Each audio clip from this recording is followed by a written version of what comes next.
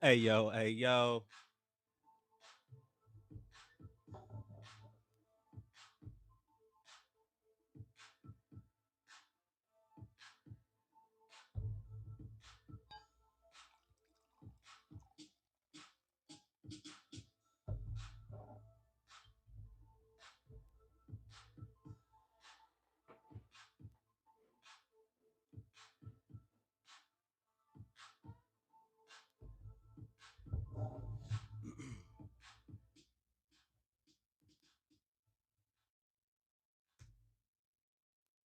Hey yo, hey yo. Hello. Another one like the other one and some more of it. You know what I'm talking about? Yada da hear me, do you?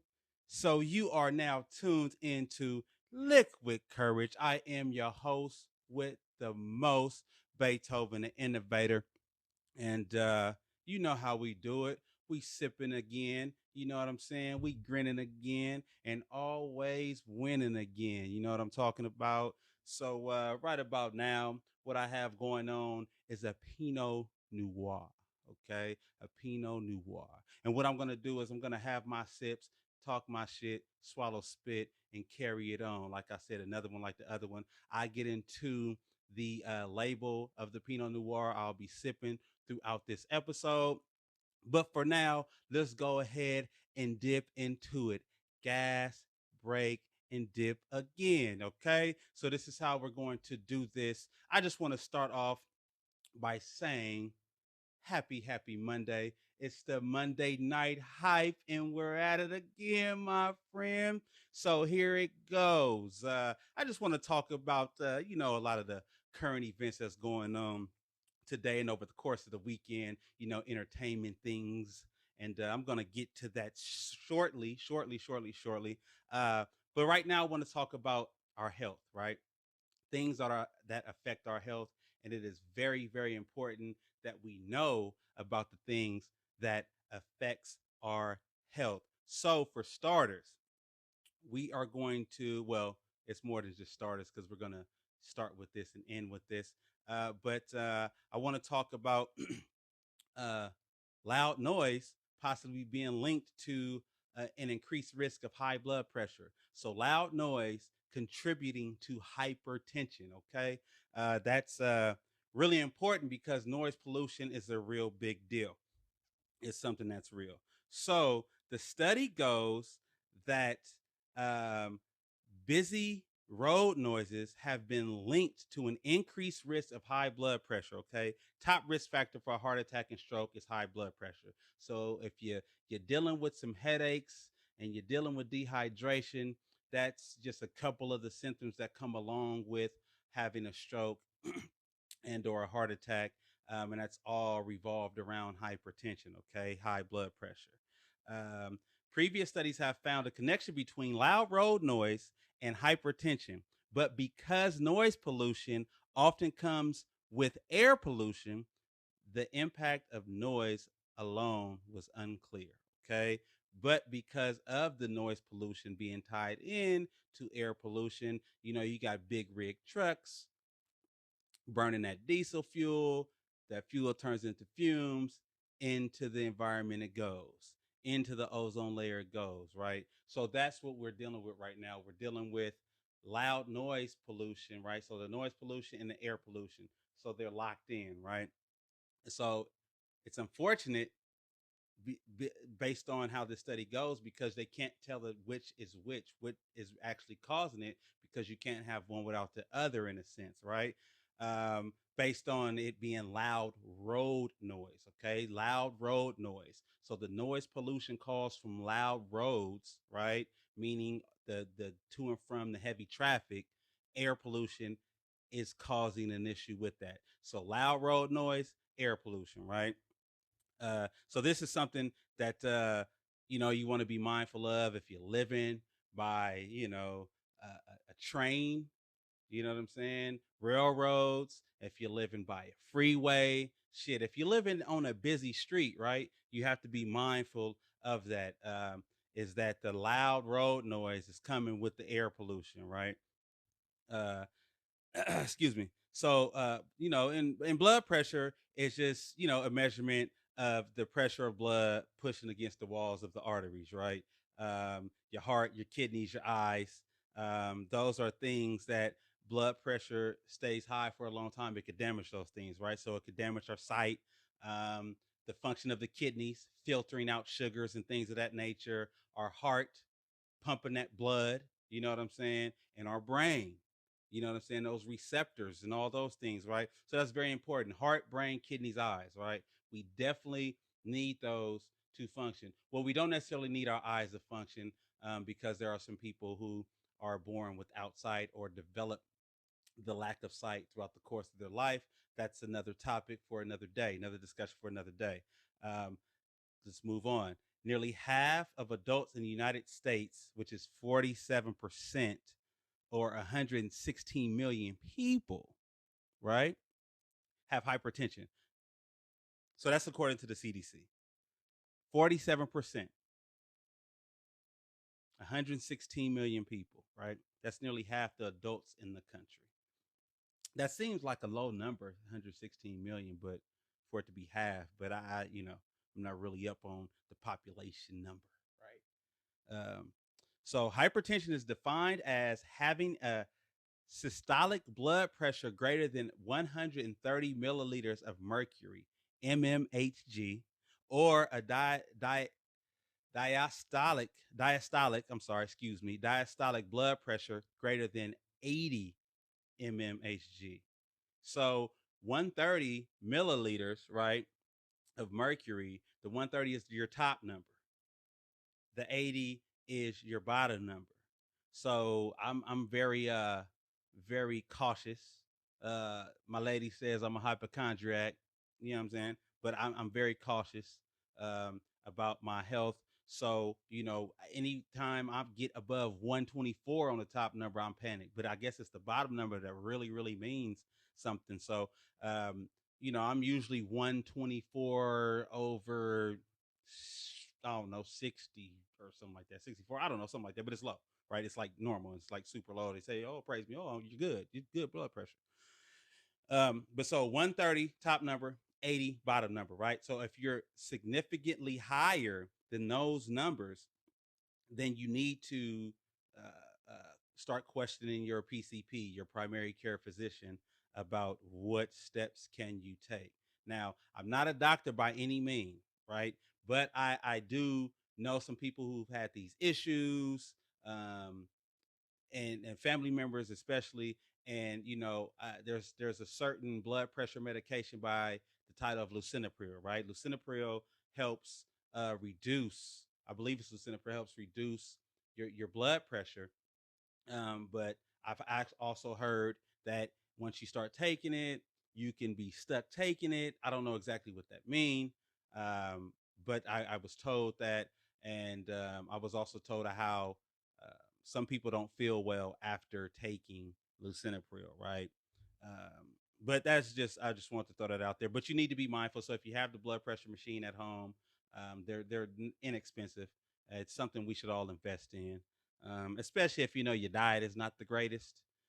You may want to tap into having your blood pressure checked. I don't know how often you should have it checked, um, but I would assume maybe 4 times a year, maybe quarterly, right? If you're going to go in and see your doctor quarterly for whatever, I mean, you do have your annual physical, right? But any other time you feel you need to get checked out, I think you should have your blood. Well, they'll check your blood pressure for you, right? But if you're feeling a certain way, I would target whatever it is that they need you to, whatever you feel. I would go ahead and let the doctor know that. Excuse me, I had to get my words together. My bad, my bad, my bad. Excuse me. So the louder the noise, the road noise, the greater the risk of hypertension, right? So to carry out this prospective study, researchers analyzed data, UK Biobank data from nearly 250,000 people ages 40 to 69. 250,000 people from ages 40 to 69 who started the study without hypertension. Wow. Wow. Investigators estimated road traffic noise based on residential address and the common noise assessment method a modeling tool developed by the European Commission. So they pretty much had a makeshift, they, you know, test by making the noise based, I'm pretty sure they just test decimals and recreated it. After following participants for a median of 8.1 years, the investigators found that more than 21,000 out of 250,000, 21,000 developed high blood pressure. Researchers found that people living near road traffic noise were more likely to develop hypertension. They also found what's called a dose de- dose dependent relationship. The greater the amount of road noise, the greater the risk. Now, this is what I'm finding out from reading this, that they don't specify um,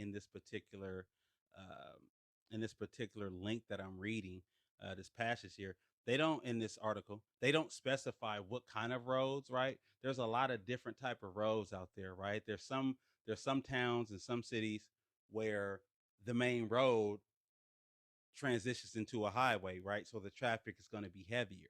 And then you have inner cities where there's just some avenues, back streets, and boulevards, or what have you, that, have a lot of traffic based on, just the activity throughout the city. So, it would be nice for them to specify that.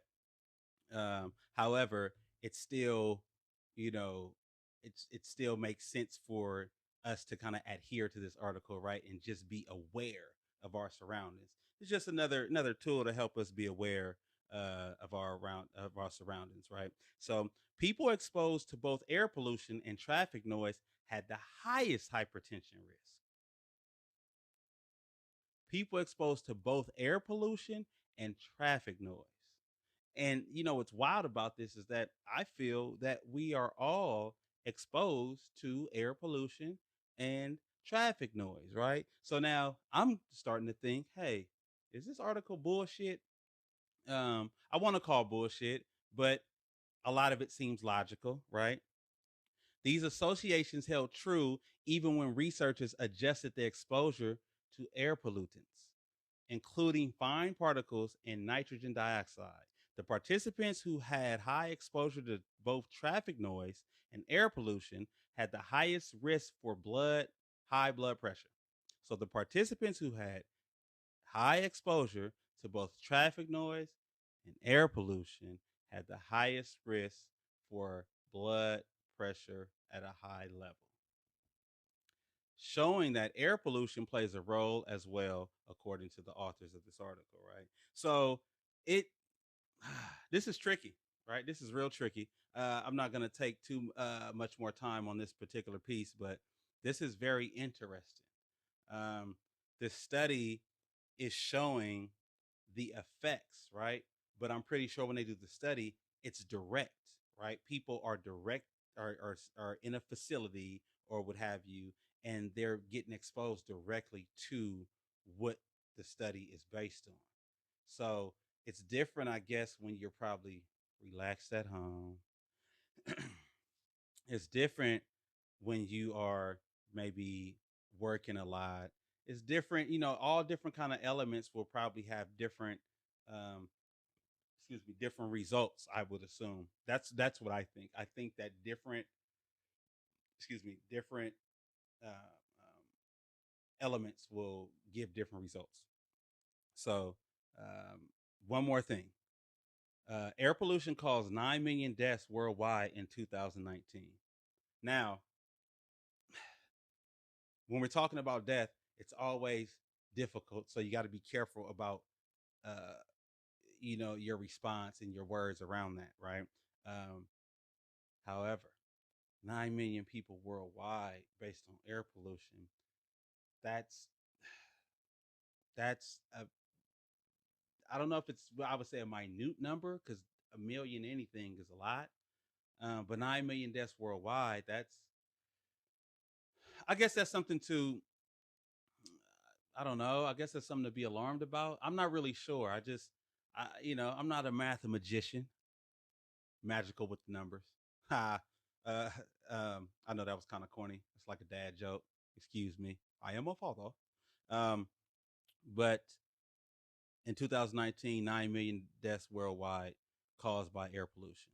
And that's according to the Global Burden of Disease study, GBD study, published in the Lancet in 2020. And an estimated 3 out of 5 of those deaths were due to cardiovascular disease, including heart attack and stroke. So 3 out of 5, that's what, 70%, 65 to 70%. That's, you know, that's it's not a small number. It's not a small number. Um, so that means over 50%. So that means over 4.5 million of those deaths were due to cardiovascular disease, including heart attack and stroke. That's kind of alarming, right? That's very, very alarming. So the moral to the story is make sure you're monitoring your blood pressure, and I don't know, move the hell away from everybody, because that's the only way you're gonna get away from loud road noise. You know what I'm saying? That's the only way it's gonna happen. You feel me? But maybe not. That's a little too dramatic. Pretty much, just monitor your blood pressure, monitor what you consume, and try to do everything within moderation. All right, moving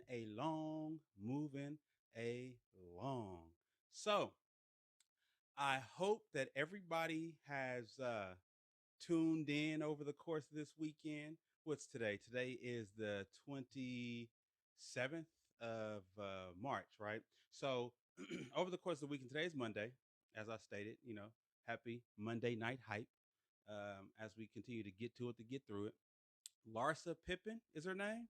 Larsa Pippen, right? So, Larsa Pippen was wearing box braids, right?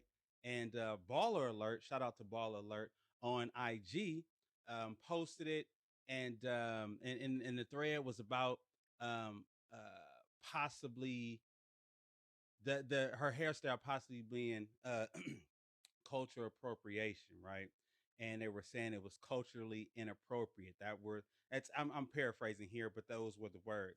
Now, Larsa Pippen stated that since she is not white, she felt that it was okay to wear the box braids. And a lot of sisters went in on her in the thread, stating that, it's not right for her to wear it, and it's cultural appropriation, and all these different things. And then on the flip side of that, you have people defending her and saying, well, since black women wear these weaves and the Malaysian hair and all these other different hairstyles, right? These weaves and wigs and so on, that and so forth, that it is okay for other people to wear hairstyles that are particular to a certain group of people, such as Africans, and with us being African Americans. Now, I did my own little research on this, right? And according to Larsa Pippen's background, her mother and father are technically not Caucasian individuals, right? So her parents are, I believe, Syrian and Lebanese, right? So that would, from Lebanon and from Syria. Now, I also did a bit of research on those groups of individuals and their culture. Now, I could have went down the wrong rabbit hole, but what I found out is that even with her stating, Larsa Pippen stating that when she was younger, her mama wore braids and things of that nature, I get it. However, when people are stating that you're doing something that is offensive to their culture, their group, I feel that in this climate that we're in, we all need to listen to that and take heed to that. Not necessarily clap back, not really respond or react, just listen and, you know, and find some understanding whether you agree or disagree, right? Because it doesn't matter if it's the LGBTQIA plus, it doesn't matter if it's black people, if it's Jewish people, if it's Irish people, if it's Asian people, if it's Latin people, if it's Africans directly from Africa, right? If it's Jamaicans, if it's Haitians, when people feel that you are not appreciating their culture and you're kind of being a vulture to their culture, people are going to speak out. Now, I don't agree with everybody feeling that their culture is being attacked, right? The way they choose to live is being attacked, right? Now, I'm going to reel it back in. I say all that to say that I hope that everyone that is tuning in is familiar with the Crown Act, right? And so the Crown Act um, is a law which prohibits discrimination based on hairstyle and hair texture by extending protection under the FEAH and the California Education Code, right? So it's in other states as well, but since I'm here in Cali, I'm from Cali all day, every day. I'm talking about West Coast, left coast, the best coast is how they like to say it. You dig what I'm talking about? You know what I mean? Showing love to the state. I love California.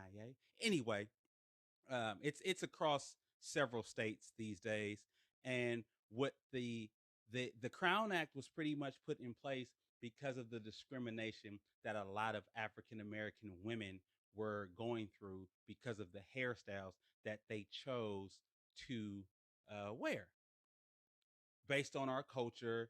The braids and the natural hairstyles, and the locks and all these different things that were, um, you know, not specific. Yeah, I guess you would say it was specific to our group of people, right? And so the fact that someone who does not look like us was wearing a hairstyle and somebody felt that it was offensive for that person to wear the hairstyle, I think that it's fair, again, with this climate that we're in nowadays, that it not necessarily get looked at under a microscope, but just take heed to the offense that you're causing to others, whether it was meant to be that way or not, right? Because sometimes we do things subconsciously and we don't realize the things we say and the things we do and how it may negatively affect people, right? Because when it affects somebody positively, we're all up and up. We taking the claim for, like, yeah, I started that trend, or not saying that's what she would have done, but I did this, I did that when it's good. But when there's backlash, people tend to get reclusive, right? People want to like, backpedal a little bit and be like, oh, hey, I didn't know, and make all these excuses. Again, I'm not saying that's what she's doing, because her response was very general and it didn't seem that she was trying to be offensive. But we need to take into accountability the people that we do offend, right? So, based on the Crown Act, well, let me, before I go back to the Crown Act. So, within this thread, there were women saying, well, why can't she wear the hairstyle? We, talking about black women, because it was black women in there on both sides of this. We wear all these different hairstyles, and we're not just strict to these particular hairstyles. And it's a style people can wear if they want to. Now, the reason why I'm talking about this is because how I feel about it. The fact that black women were being discriminated against based on the hairstyle that they chose to wear, and we had to, as a country, we had to put in place and pass a bill in order for people to not discriminate based on this particular thing. I feel that it's, again, another thing that's significant to us, right? And so it should just be understood. A lot of black women, I feel, wear the hairstyles that they wear now because they are conditioned to. They gotta have the wavy body to the hair. They gotta have the hair with the wavy body, like a white woman in this country, right? Because then they will be considered for a job, right? They will be considered for the position because they had to, I guess you would say, dress the part. And I think over time, it just became a normality, right? From wearing my natural hair to I'm going to wear the hair that's going to get me the job. So I think that because of that, people need to understand, even other black women that are taking the opposite side. Excuse me, I bumped the mic. Taking the opposite side of the women that's saying it's cultural appropriation. She should not be doing this. She should not be doing this. She needs to show appreciation to the culture and just not do it. It's not okay because whatever, whatever, whatever, right? And then you had black women on the other side of this saying, yeah, well, she can wear whatever because it's just a hairstyle, it's art, blah, blah, blah, blah, right?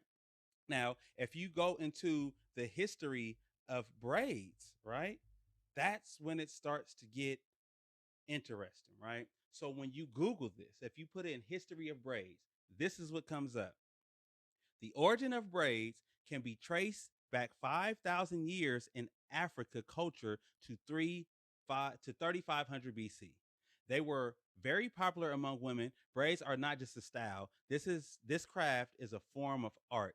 Braiding started in Africa with the Himba people of Namibia, right? So that's these people have been braiding their hair for centuries, right? So that's kind of the basis.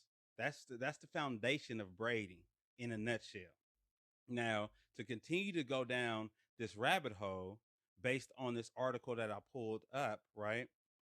And the article is the fascinating history of braids you never knew about, and this is written by Maya Allen, and this article was updated last year, July 14th. Okay. Um, so it was fact checked by, I don't want to butcher the name. It was fact checked by Michelle Regalado, Regalado. Michelle Regalado was the one who fact checked these facts based upon this article written by Maya Allen. Again, it was updated July 14th, 2022. The fascinating history of braids you never knew about. I'm gonna put this. I'm gonna add this link to this video so those that want to dig into this can go ahead and dig into this. Right. So here it is. Here it is. Let me get to it. My bad, because I had to break down that information. Right. Um, In many African tribes, braided hairstyles were a unique way to identify each tribe, which that is something I knew. I learned about this in third grade. I had an awesome teacher, Miss Pickett. She's awesome. If you're out there watching Miss Pickett, I appreciate you. You are probably the best teacher I've ever had, and this is in third grade. I'll never forget you. She was very, very, very in tune with these type of things. Braid patterns and hairstyles were an indication of a person's tribe, age, marital status, wealth, power, and religion. Braiding was and is a social art, right? So I'm going to skip something to put more into context here. In relation to time periods, uh, Africa was credited with cornrows in 3500 BC. Egypt, so this is all of Africa, right? Egypt specifically with Afro box braids in 3100 BC. Okay. Greece with the halo braid in the first century. Native Americans with pigtail braids in the 5th century. Europe with the crown braid from 1066 to 1485. China with the staircase braid from 1644 to 1912. The Caribbean with modern cornrows in the 1970s. And then, here we are to where braids are just boom, like that's the thing, right? Um, so it also says, so this is another little uh, piece of information here. Cornrows with beads were very popular in the 1970s, which a lot of us all know. You know what I mean? And if you don't know, now you do. And box braids gained popularity in the 1990s based on this fact checked article here. Again, the article is by Maya Allen and fact checked by Michelle Regalado. Regalado. Regalado. Okay. So this is very interesting, right? This is, and I think this information is very um this information is very needed, right? I'm sorry, blank there. I couldn't find my word, but this information is a great piece to have because it helps us understand where people are coming from, where the black women are coming from as far as saying, hey, this is our thing, right?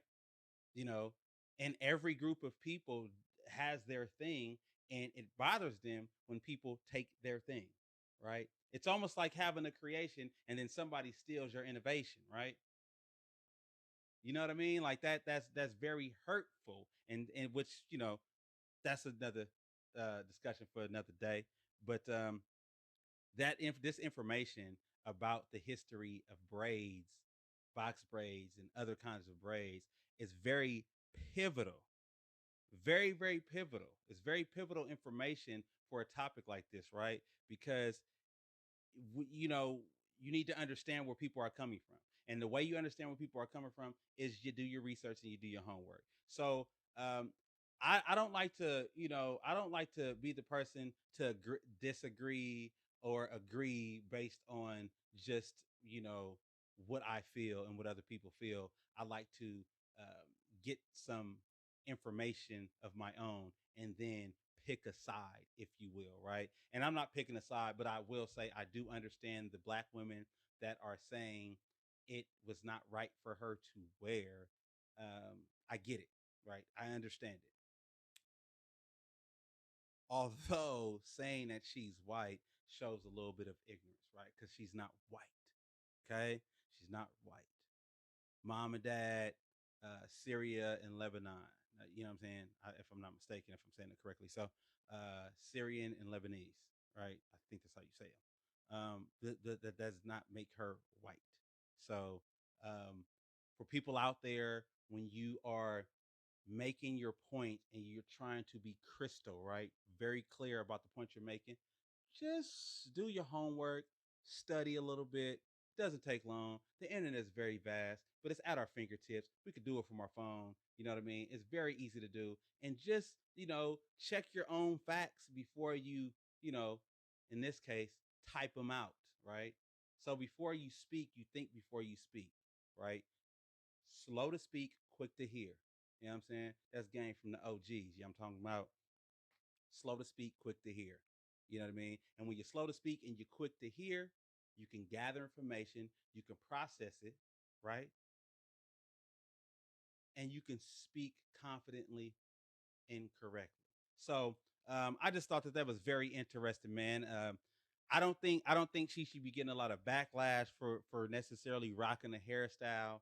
Um, but if somebody speaks out and is telling you why they feel offended by something, just hear them out. And it was the people that was really in the comments. That's what really caught my eye about this. So I was sent this topic, and I think it's great. I think it's great because it kind of brushed up my knowledge a little bit, and I hope that a lot of you all have taken a bit or two, some points from this. Just understanding the history of the art of braids, the style of braids, and yeah, you know what I mean. It is art. It's very artistic. I'm not saying that it's only for us, for black women and black men to wear braids, but the fact that it was frowned upon, having locks and having braids and all these type of hairstyles that we typically have been having since the beginning of time, um, it was frowned upon, and they had to pass an act in order to get people to do away with discriminating based on that alone. I think is a testament in itself, and I think it's just something that people should be very aware of. We have to be aware of everything else and everybody else. So, say it loud, you know what I mean? And make people aware of us, you know what I mean? And I don't want to just make it about black folks, but this particular article and this particular topic, it just kind of redirects itself to that destination, right? So we all need to be mindful, right? You need to be mindful, how you address people, how you address situations, and you need to be mindful of people's feelings, right? So I understand a lot of people think society is very soft nowadays. I used to think that myself, but we evolve, right? Times are always changing. times are always going to be different now, especially now. There's just so many things happening in the world. We need to just hone in on respecting other people's space. And what I mean by space right now with this topic is their culture, right? Their religion, their beliefs, just anything about the way people live. Respect it, whether you agree with it or not. Respect it and move on. Okay, respect it and move on. So I just want to. This is what I was sipping on this episode. This is from the Precision Wine Company, right? This is a beautiful, beautiful, nice Pinot Noir, and I actually got it from Costco. You know what I'm saying? Got it from Costco. It's a 2020 Pinot Noir. It is by it is bottled at the Precision Wine Company. It has a big H on there. It's headline on there. It's headline Sonoma Coast. So you know this is a Sonoma County special. I love it. Wine from wine country. You know what I'm saying? It's a beautiful thing. So again, this is a nice Pinot Noir. Got it at Costco. It was about probably like about 15 bucks. Okay, somewhere about 14, 15 bucks. It's worth every freaking penny. And Precision Wine Company is who bottled this beautiful, delicious Pinot Noir. Oh, you see the C up there. That's for my last name. For those that know, you know. For those that don't, too bad. You will soon, though. So, to everybody out there, have a sip and relax. Out of here. And before I go, actually, I just want to um, give I want everybody to throw up a couple of prayers if you're into that. If you believe, if you don't, you don't. Send your good vibes, your good energy. But whatever you do, send something out positive however you can, however you see fit, to the families in this Nashville shooting. 6 were killed, and out of the 6, 3 were children. Okay, so please, please, please keep these people in your prayers, or send out healing and good energy to those families over there in Nashville, Tennessee.